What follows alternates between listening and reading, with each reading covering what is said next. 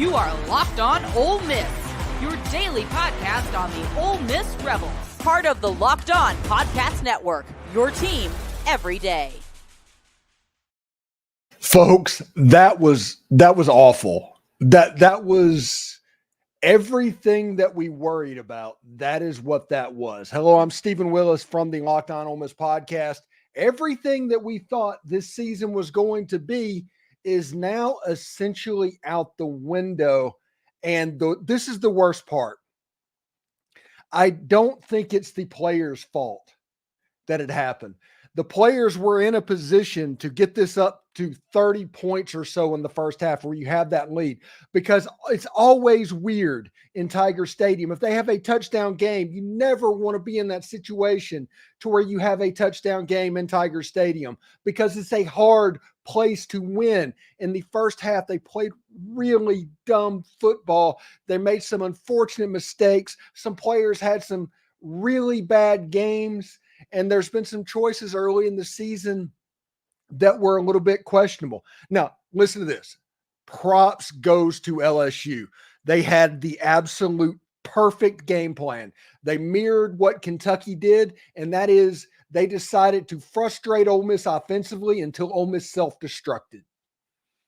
We have seen a pattern now to where this offense, once it gets frustrated, it self-destructs. And in overtime and in the last 2 minutes of the game, Ole Miss completely freaked out. Completely. That overtime period was a team that was freaking out and was not ready to be in a game of that magnitude. And I guess we always considered that was a possibility, but it's still not very fun to think about what happens. Now, where do we go from here? That's the question that everybody's going to mind, because the playoffs are essentially out of the question now. With Georgia still on the schedule, there's still a mathematical chance of getting in there, but the actual chance of getting in there means Ole Miss has to run the table. And after what you've seen this season, do you think Ole Miss can run the table? I don't. So what happens now in this last dance year? What happens now? That is the $50 question of what's going on. And Ole Miss is going to answer that question over the next couple of weeks. I'm sure they're going to ball out.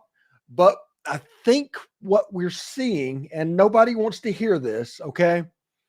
And I don't mean this in a necessarily negative way, but I think Ole Miss is they take on the personality of their head coach like everybody else. Like I said, Kentucky completely outcoached Lane Kiffin, won the game at the end. They waited for Ole Miss to self-destruct. They did.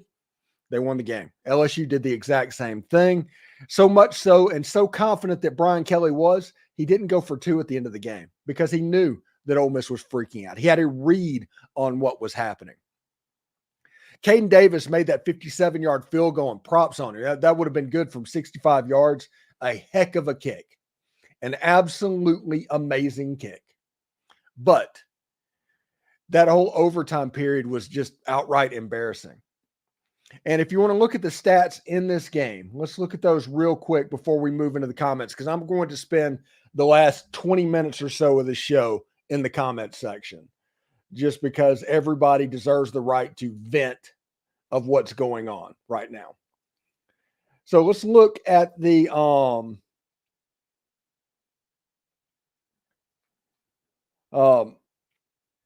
let's see. I can't bring that up at the moment. Let me remove that and bring it back. There we go. Let's look at the stats from this game. Jackson Dart was 24 of 42. He was like 17 of 20 at one point. He really had a poor second half and overtime period of the game. 284 yards, the great touchdown to Trey Harris, the horrible interception that had no business being thrown whenever a field goal would have made it a 10-point lead and you would have probably won the game. Going for it down there, you would have won the game with a field goal. Whenever you have a defense like Ole Miss has, and Ole Miss has a legitimately good defense, they held Garrett Nussmeier to 40% completion in this game. They did all they could. The offense didn't help them out at all. They didn't. The defense did their job. Just at the end of the game, they worn out. Eventually that breaks through. And the offense not taking points when they can take points, that's problematic. Ulysses Bentley, 11 carries, 107 yards, and a touchdown. Yep, you heard that correctly. Ulysses Bentley ran for 100 yards and was likely, other than Caden Lee, the only real offensive weapon on Ole Miss's team. It's about time to look at the offense and realize that this is twice this year where there's just been no plan B. There's been no plan B. And the other team has taken that away and let Ole Miss self-destruct. There's no plan B. Ole Miss should have won this game going away. Ole Miss should have had 35 points in the first half. But they didn't because they played kind of silly football and doing things that are crazy and doing things that are video game-like that we've seen. All of this stuff that drives me crazy. When you have a defense like this team has, play to them, use them. That's not what happened in this game. Receiving wise, the leading receiver was Caden Lee, had 9 catches for 132 yards. He became the number one after Trey Harris got hurt. Trey Harris had 7 catches for 102 yards and a touchdown. And his injury was likely not what everybody has been talking about. Something else. Let's look at the team comparison right here. Ole Miss had 22 first downs, LSU 22 first downs. LSU did it all through the air. Only had 2 first downs on the ground. The defense actually really played well. Ole Miss was 50% on third down. You can't even blame that. LSU was 6 of 16. Ole Miss was 2 out of 3 on fourth down, had 463 total yards. LSU had 421, 84 total plays, 75 total plays. LSU had 84 yards rushing. Ole Miss ran for 180 yards, averaging over 4 yards per carry. Ole Miss could not protect the quarterback. LSU had 6 sacks, and a couple of times, Henry Parrish struggled today. He actually really struggled today. I don't know what was going on there, but he had trouble in pass protection, and that fumble was just inexcusable. Like I said, the defense held him to 22 of 51. They had a couple of interceptions in the game. Forced LSU to punt 4 times. I mean, what can you ask for? I mean, the numbers are in a position that Ole Miss should have won the game. But Ole Miss absolutely freaked out in the last 5 minutes of the game and in overtime. Completely freaked out.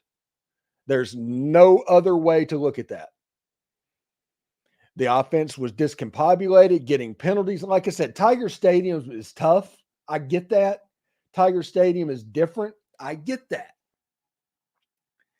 Ole Miss was not ready for that moment. And honestly, if we're going to be real about it, if we want it to get where we want it to get, we assumed they would be ready for that moment. And we knew that this LSU game would be a tough game. And we knew this was the most important game on the schedule, which it was, which it became more important because of the Kentucky game. And they absolutely freaked out at the end of it. LSU took advantage of it. Nussmeier was very good at the end of the game and in overtime. Suntarian Perkins had a chance to get a sack. The athleticism of Nussmeier completed a long pass down to Mason Taylor. They did a heck of a job. That was a great football game. LSU was game. They were ready to play. They were ready to meet the moment. And they've had a lot of games that were of that caliber in that stadium. Ole Miss has not. And Ole Miss looked like it. And they completely freaked out. Like I said, we're going to look at your comments in a second. But first, I do want to let you know that when we come back, we will take your comments and just kind of vent and have a little bit of group therapy for about the next 20 minutes. So stick around.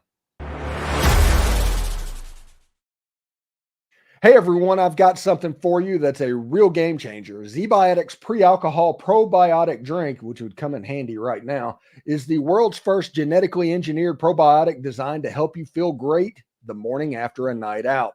It's created by PhD scientists. ZBiotics tackles those rough mornings by breaking down a toxic byproduct in your gut that's responsible for your hangovers, not dehydration like most people think.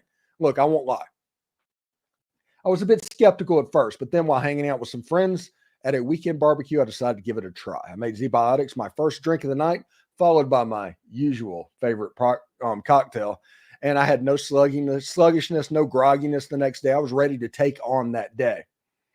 So just remember, for best results, make ZBiotics your first drink of the night. And of course, drink responsibly. Head on over to zbiotics.com/LockedOnCollege to learn more and get 15% off your first order when you use the code LockedOnCollege at checkout.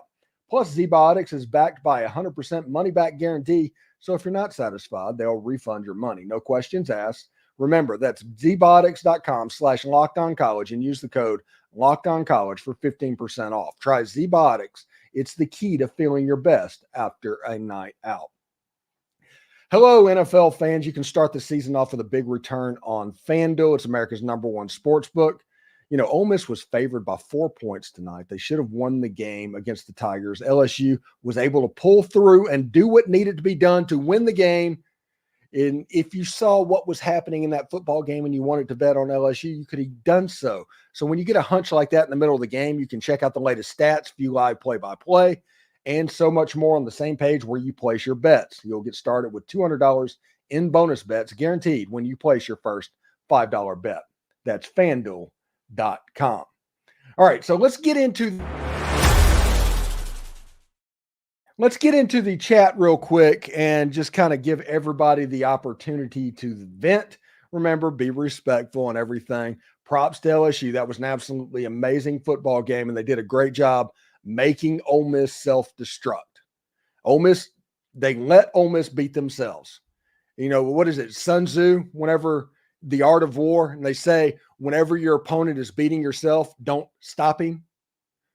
So that's what LSU did, and they were able to put in, like Garrett Nussmeier completed 40% of his passes, but they were able to complete the passes that they needed to make at the end of the game, and they won the game. So Isaac Kessler says, I'm fine with Kiffin going to Florida, most talented roster in years, and we miss every opportunity. This year, the year we were destined to at least make the playoffs, we can't even manage a winning SEC record. I'm telling you, they completely freaked out today. I'm right there with you at the moment, Isaac, because they completely freaked out, and they absolutely were not ready for prime time tonight. There's just no way around it. They made too many mistakes. They made too many issue plays to be ready for prime time. It just kind of is what it is. Mark Walsh, no blitz. Our defense got tired late. I'm thinking, yeah, the offense couldn't stay on the field because they kept forcing the tempo. They tried to slow it down, but whenever they did that, this offense is so simple. There was no quick game. And the offense is so weird. There's no quick game. Everything is 40 yards downfield. It's like a Joe Milton offense, and LSU was blitzing, and they found something that worked, and Ole Miss never adjusted. No quick game. They're just like, hey, that time that third level RPO didn't work. Let's try it again. It's crazy. PJ Thorne says, think this one hurts more than the other ones. Yeah, it does, because this was kind of the nail in the coffin, essentially, because Ole Miss has to win out for any chance to go to the playoffs. And from what we've seen after 3 SEC games, this Ole Miss team is not winning out.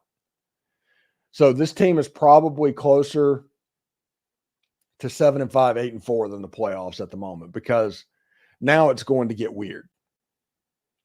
Now everything's kind of off the table. Now it's going to get weird. Think in a last dance type year, we have to see exactly how this goes. Mark Walsh says he's fine with Kiffin leaving as well. Great job in assembling the team, but bad coaching. Yeah, it's one of those things where people take the personality of the head coach. Every team takes on the personality of the head coach. And this team self-destructs a good bit. And tonight was an example that they should have won the game. Ole Miss had the better team in that game. I think even LSU would tell you that. But you know what Ole Miss didn't do? Make plays when they needed to make plays. LSU made those plays. So Ole Miss has no one to blame but themselves. Whenever you go for it on 4th and 1 and you don't bring in your 4th and 1, you can't stop it. JJ Pegues is really good. You're on the 2-yard line. You rush up to the line of scrimmage. You run an inside zone to Henry Parrish, and you assign Jordan Watkins to block their big, bad defensive end. That's bad coaching, man. That's really bad coaching. That's not setting yourself up to succeed. The O-line is garbage. It's not necessarily the O-line. The coaches are not helping. Everybody wants to blame the players all the time. Always. Quick games, screens. There's several things that could be done to slow down those blitzes. We even talked about all across the week that LSU blitzes to cover up their secondary. We talked about it all the time. Everybody knew what was going on. Everybody knew that LSU was going to blitz the hell out of Ole Miss, except for Lane Kiffin and Charlie Weiss, apparently, and decided to play it straight up like that and still run their second and third level RPOs and not have any semblance of a quick game. Where's a bubble screen? Where's a hitch? Where's something really quick to get the ball off out of the quarterback's hand to make that rush a little bit wary and make them have to go side to side? Ole Miss tried to do it. And by the way, Ulysses Bentley should be starting. Honestly, he's the best running back that Ole Miss has, period. I don't know why Bentley hasn't been playing. We saw that against LSU. He was literally probably the other weapon that Ole Miss had offensively. Absolutely nuts. Jared Parker can't never, ever close games out. Kiffin has to do something wise. No, we can't do that. Do not do that. This is Kiffin's offense. It is not Weiss's offense. Those plays are agreed on. That microphone and headset is on for Lane Kiffin. Lane Kiffin has an iPad to look at plays, and he's able to call in. So you can't, whenever something goes wrong, it's not Charlie Weiss. They both get credit. They both get the blame. Hayden Tilsley said there was an evident difference in the O-line play. LSU's O-line played great. There's a good O-line. They have a very good O-line. That's what got them to win. I can only dream of an O-line like that for Ole Miss. Yeah. It was not good, but they also didn't do anything to help the O-line. Just saying. Mr. Gunray, like Charlie and Lane can walk home. Pete can ride first class. Yeah, that defense is so good. So good. I just don't know if people realize how good that defense is. And they got hung out to dry by that offense the same way they did against Kentucky. They did everything they possibly could, and the offense just wasn't helping them out. Drop passes, missed kicks, and all of that. They just all freaked out in that environment. Jesse Godwin, fire Kevin Smith. He has done Bentley so wrong. Bentley is the best running back that Ole Miss has. Tim Skelton, Ole Miss had the game. Offense let us down again. Yeah, they were not ready for prime time. Everything that they talked about in the preseason. And remember, they talked about it. This is on them. This isn't the national media putting the expectations on this Ole Miss team. They themselves talked about national championship and playoff and how talented this roster was going to be. And then the offense just didn't produce. They didn't do what was promised, except for Caden Lee and Ulysses Bentley. Those two were all over the field. Don't get me started on how many times I saw Parrish Jr. run over by pass rushers on pass blocking. Yeah, it was not a good day for Henry Parrish. Not a good day. Doug Miller says Lane Kiffin is a joke in big games. I'm so tired of us being ill-prepared and undisciplined when it counts. Yeah, we had 12 penalties in this game, something like that. Let me see what the number was. 12 penalties for 110 yards in Tiger Stadium at night. That's not going to win many football games. Where are all the passes to the tight end? Why do we ever have Henry Parrish in pass protection ever? Yeah. I mean, there's questions that need to be answered. Bentley has to play, man. He's way more explosive. Bentley should have been in the game. And the reason he hasn't been is their decision. That is definitely a staff decision. They wear that. Time to face it. They're just frauds. O-line sucks. Quarterback holds the ball entirely too long. The staff has not done their jobs. It's one of those things. This is a team that is 1-2 in the Southeastern Conference right now. In a situation they should be 7-0 right now, they're looking at 5-2. And now we get to be excited if Ole Miss beats Oklahoma to become bowl eligible, which everybody's going to opt out for that bowl game. So, hey, the good news for that is you'll be able to see Austin Simmons play in the bowl game, likely. Freddie Ruger should have played Bentley the entire game. I think that Bentley should have played from after the fumble on. It was obviously not Henry Parrish's night. This isn't a personal thing on him. It just obviously was not his night for whatever reason. And Rashad Amos is another. If Bentley hasn't played and came in and ran for 100 yards against LSU, I want to see Rashad Amos play as well. Ole Miss fans paid money for these players. Them not playing them not being in the rotation, that is at the coach's discretion. They wear that. So that's interesting stuff. Richard Eubanks, it's over. Ole Miss will get a good bowl, but the playoffs is done. Yeah, but the problem is all the opt-outs that are going to happen for Ole Miss is going to be pronounced. It just is. If Ole Miss goes to the Citrus Bowl in Orlando, lots of people are not going to play in that bowl game. And they deserve it. They freaked out tonight. They freaked out against Kentucky. They freaked out tonight. They'll probably freak out again. I don't trust them against Georgia. I don't trust them against Oklahoma. I do not trust them against Florida. I do not trust them against Mississippi State right now. Again, this is called an instant overreaction video. So let's overreact.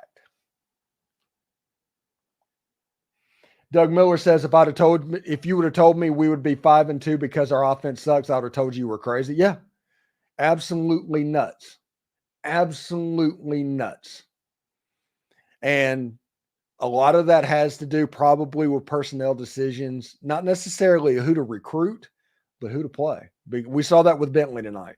And I think that might have been the reason that Bentley hasn't been playing, is because of there's no way to get around that. There's no reason to push that off. So Kiffin can walk to Florida at this point.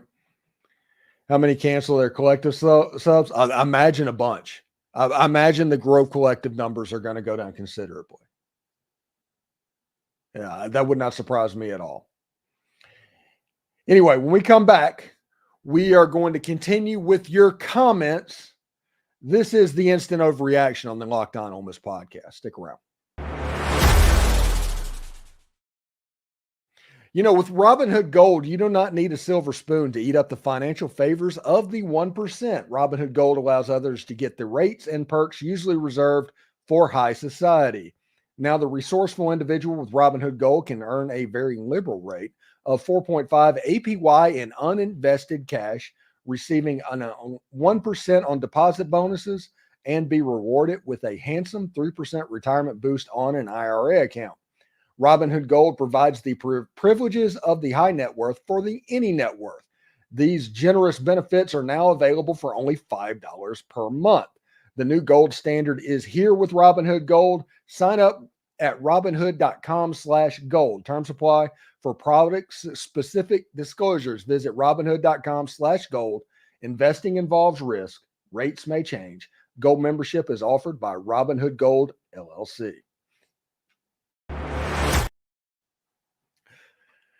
All right. So let's talk about this a little bit more. We have some soul searching and people that just enjoy going to football games. Absolutely. I enjoy watching football games, all of that. But know that the playoffs are likely over at this point. In a must-win game, they completely did not show up. They completely freaked out. That's just the way it is. That happens. And it sucks. For the Ole Miss fans that were ready for this to be the year, this sucks. And like I said, unless Ole Miss wins out the rest of their games, which, if judging off what we saw this year, they're not necessarily likely to do. All right, so Tim Skelton says SMU coach to Ole Miss. If Lane Kiffin goes to Florida, it's going to be Pete Golding. There's no doubt about that. And Pete Golding deserves it. Pete Golding's doing a heck of a job. And in the years our defense wasn't very good, they'd always pull out one drive at the end and make a stop to win. Now they stop the team all the time except the last drive to win the game. Yeah, they freak out. They do. I think it's time that we just at least understand that people's take on the personality of their coach. And all of the good that comes with Lane Kiffin requires that you be a little bit of a front runner. And whenever you're a front runner, you can kind of get going, and everything's going to be fine. But when adversity really strikes, you kind of see what's going on with this team. Like I said, this season was a failure if they didn't make the playoffs. That was the goal that we started at the beginning of the year. That's not going to change. This season, if they do not make the playoffs, is a failure, period. In this game, they completely freaked out. Kiffin was out-coached. Nussmeier is a freaking gunslinger. Yeah, 40% of his passes, but he competed his butt off. Man, I love watching Garrett Nussmeier play quarterback. I love watching him go. You're right. He is an absolute gunslinger. And he just competed. And the offense did not do. Like I said, I think at the end of the third quarter, it's like the offense needs to score right now. If Ole Miss would have gone up by 2 scores at any point in the second half, Ole Miss would have won that game. Probably going away. But they couldn't do it because they freaked out. Time to pump the brakes on Dart. I think it's time to pump the brakes on this offense. I think they get cocky. I think they get arrogant. And because of that, the plays are all downfield. There is no quick game to speak of. None. Whenever this offense has quick game, it is unstoppable. We've seen that multiple times whenever Lane Kiffin had respect for the defensive line he was going up against. He did not have that respect tonight. And in the game plan was all of the 5-man protection going up against the end with the running backs blocking. And that's what you saw. And LSU had 6 sacks. But there was no quick game, no plan B of what could attack that, what could slow that rush down, what could give you more time. Ole Miss ran the ball fine. They threw the ball for almost 300 yards. Again, Dart is going to likely be the all-time leading passer in Ole Miss history. That's going to happen. But this Ole Miss team in the last 5 minutes of the fourth quarter and in overtime completely freaked out. That long pass, listen, I guess it was about 5 minutes to go at the end of the game. It was before the interception ping pong where Dart threw the interception and Ole Miss got it right back. But that interception, Ole Miss had the ball on about the 25-yard line, and it was a 1st and 15 or something like that. And he decided to take shots. It's like every pass had to be past the sticks. There's nothing short. There's nothing quick game if that could happen. And that's absolutely nuts. There's so many comments on here. I'm not going to be able to get to all of them because it's only a 30-minute show. But we will be live tomorrow night for the reaction roundtable. And then please join us. Have your comments on there. I will have like Dalen and Tom Vanderford and all those guys reacting about what they saw, how putrid this game was, and how much of a disappointment it was. Tim Skelton, tight ends, why don't we use them? They just don't. They just don't. And it's very, very upsetting. Anyway, Thank you for watching the Locked On Ole Miss podcast. Tune in every weekday at 6 o'clock in the morning, and we're going to talk about it. We're going to start getting ready for basketball and starting to talk with Tim Thomas during the bye week and all of that, getting ready for basketball season as this football season has gotten away from Ole Miss. Anyway, thanks for watching. We will talk to you later. Hotty toddy, everyone. Take care.